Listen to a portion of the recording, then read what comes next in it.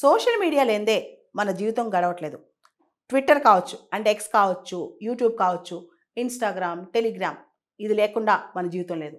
చాలామంది యూజర్స్ వీటిని డౌన్‌లోడ్ చేసుకొని సోషల్ మీడియాలో పోస్ట్ చేస్తా ఉంటారు.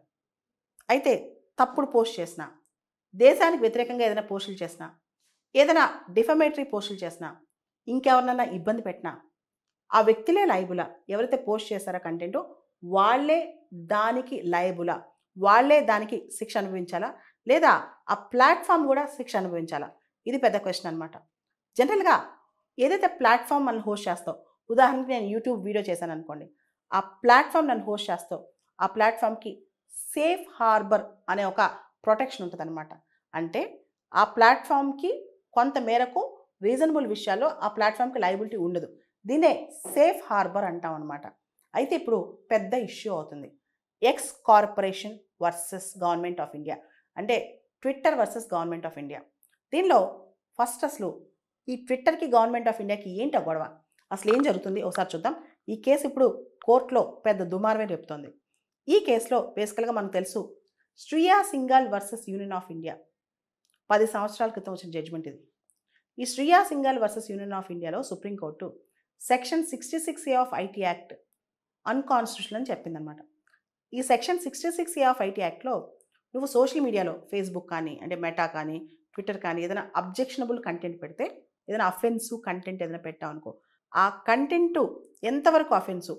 అంటే మన మనసులోంచి వచ్చే భావాలు, స్వేచ్ఛ ఉంటాయా? ఉండవా? ప్రతి దానికి గవర్నమెంట్ వచ్చి మన గొంతు నొక్కేయాలా? మన ఫ్రీడమ్ ఆఫ్ ఎక్స్‌ప్రెషన్ ఎక్కేయాలా? ఇలా సెక్షన్ 66 వాడి గవర్నమెంటు చాలా కంటెంట్‌ని తొలగేస్తుంది. చాలా కంటెంట్ విషయాల్లో కేసులు పెడుతుంది. అంటే ఉదాహరణకి నేను ఫేస్‌బుక్‌లో ఒకటి రాశాననుకోండి. గవర్నమెంట్ సెక్షన్ 66 మీద లేదా యూట్యూబ్‌లో ఒక వీడియో పెట్టాననుకోండి. దానిలో గవర్నమెంట్ సెక్షన్ 66 అప్లై చేసి నన్ను అరెస్ట్ చేయొచ్చు. అట్లా ఉంటదనమాట. ఇలాంటివి Shriya Singhal versus Union of ఇండియాలో ప్రతి దానికి ఎక్సెసివ్‌గా 66 వాడుతుంది కాబట్టి 66 అన్‌కాన్స్టిట్యూషనల్ అని చెప్పి సుప్రీం కోర్ట్ కొట్టేసింది. ఇదే టైంలో తర్వాత ఏం జరిగిందంటే, ఈ బ్లాక్ ఏదైతే అబ్జెక్షనబుల్ అఫెన్సివ్ కంటెంట్ ఉందో అవన్నీ కూడా సెక్షన్ 69 కింద బ్లాక్ చేయొచ్చును. Section 69 of IT act.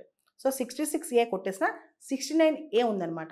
ఇక్కడ సెక్షన్ 69 కింద ఏదైతే ఇన్ఫర్మేషన్ టెక్నాలజీ యాక్ట్‌లో సుప్రీం కోర్ట్ శ్రియా సింఘాలో 66 కొట్టేసి సెక్షన్ 69 కింద గవర్నమెంట్ ఏదైనా సర్విలియన్స్ చేయొచ్చు, ఏదైనా బ్లాక్ చేయొచ్చు.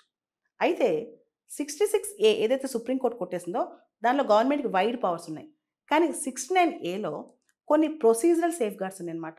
ఏదైతే ఇంటర్మీడియేట్ ఉంటుందో, ఏదైతే ప్లాట్‌ఫార్మ్ యూట్యూబ్ కావచ్చు, ట్విట్టర్ కావచ్చు, ఏ ప్లాట్‌ఫార్మ్ అయితే ఉంటుందో ఆ ప్లాట్‌ఫార్మ్‌కి రిటర్న్ ఆర్డర్స్ ఇవ్వాలి. రేషనల్ ఆర్డర్స్ ఇవ్వాలి గవర్నమెంట్. అంటే అంత ఈజీ కాదు. 69 కింద బ్లాక్ చేయించడం అంత ఈజీ కాదనమాట. సో దానికోసం ఒకవేళ గనుక 69 కింద గవర్నమెంట్ ఈ ఇంటర్మీడియేట్ కానీ, ప్లాట్‌ఫార్మ్ కానీ, ట్విట్టర్ కానీ, అంటే ఎక్స్ కానీ, ఇన్‌స్టాగ్రామ్ కానీ దేనికైనా నోటీస్ ఇచ్చినప్పుడు దానికి చాలా ప్రొసీజరల్ సేఫ్‌గార్డ్స్ పాటించాలి. దాంతో పాటు ఇంటర్మీడియేట్‌కి కూడా చాలా హక్కులుంటాయి. అంటే యూట్యూబ్ వీళ్ళందరికీ కూడా హక్కులుంటాయన్నమాట. ఇప్పుడు గవర్నమెంట్ ఏం చేసిందంటే మినిస్ట్రీ ఆఫ్ హోమ్ అఫైర్స్ ఒక పోర్టల్ తయారు చేసింది. అదే సహయోగ్ అనమాట. అది మెయిటీ వాళ్ళు కూడా హ్యాండిల్ చేస్తారు. Ministry of information electronics technology వాళ్ళు కూడా హ్యాండిల్ చేస్తారు. So ministry of home affairs create చేసింది. మెయిటీ వాళ్ళు హ్యాండిల్ చేస్తారనమాట. దీనిలో సెంట్రల్ గవర్నమెంట్, స్టేట్ గవర్నమెంట్ ఇలా చాలా అథారిటీస్ ఈ సహయోగ్ పోర్టల్‌లో ఉంటాయి. దీనిలో అన్ని ఇంటర్మీడియేట్ ప్లాట్‌ఫార్మ్స్‌ని జాయిన్ అవ్వమని చెప్పి గవర్నమెంట్ చెప్తుంది. Indian government. Already meta, Google, Amazon, Telegram join అయిపోయాయి. అయితే ఈ సహయోగ్ పోర్టల్‌లో గవర్నమెంట్ తెలివిగా ఇన్ఫర్మేషన్ టెక్నాలజీ యాక్ట్ 69 కింద కాకుండా 79 క్లాజ్ 3 క్లాజ్ బి కింద తెలివిగా ఆర్డర్స్ ఇస్తుందని చెప్తుంది. ఈ 79 ఏం చెప్తుందంటే ఇన్ఫర్మేషన్ టెక్నాలజీ యాక్ట్‌లో సేఫ్ హార్బర్ అనే కాన్సెప్ట్ చెప్తుంది. అంటే ఒక అబ్జెక్షనబుల్ అఫెన్సివ్ కంటెంట్ ఏదైనా ప్లాట్‌ఫామ్‌లో ఉందనుకోండి. ట్విట్టర్‌లో గాని ఎక్కడైనా తప్పుడు కంటెంట్ ఉంది. ఆ కంటెంట్ తీసేయమని చెప్పి టైమ్ ఇస్తది గవర్నమెంట్. రీజనబుల్ టైమ్ ఇస్తది. స్టిప్యులేటెడ్ టైమ్ ఇస్తది. ఆ ప్లాట్‌ఫామ్‌కి కమ్యూనికేట్ చేస్తదనమాట. ఆ టైంలో ఆ ప్లాట్‌ఫామ్ రిమూవ్ చేయకపోతే, అప్పుడు ఆ ప్లాట్‌ఫామ్ సేఫ్ హార్బర్ క్లాజ్ కోల్పోద్ది. సేఫ్ హార్బర్ అంటే వాళ్ళ ప్లాట్‌ఫామ్‌లో ఉన్న కంటెంట్‌కి వీళ్ళు లయబుల్ కాదు. అంటే నేను చేసిన ఒకవేళ యూట్యూబ్‌లో నేను ఒక వీడియో చేశా. నా కంటెంట్‌కి యూట్యూబ్ లయబుల్ కాదు. కానీ ఒకేళ గనుక కంటెంట్ తప్పుడుగా ఉంటే, ఎలా సోవెర్నిటీ ఇంటిగ్రిటీకి వ్యతిరేకంగా, డిఫమేటివ్‌గా, సెక్యూరిటీ ఆఫ్ ద స్టేట్ వ్యతిరేకంగా, పబ్లిక్ ఆర్డర్ డిస్టర్బ్ చేసే విధంగా, ఈ విధంగా కంటెంట్ ఉందనుకోండి. అప్పుడు మన గవర్నమెంటు యూట్యూబ్‌కో, ట్విట్టర్‌కో రాస్తది. వాళ్ళకి కొంత టైం ఇస్తుంది. ఆ కొంత టైం లోపల తీయకపోతే వాళ్ళ సేఫ్ హార్బర్ క్లాస్ కోల్పోతారు.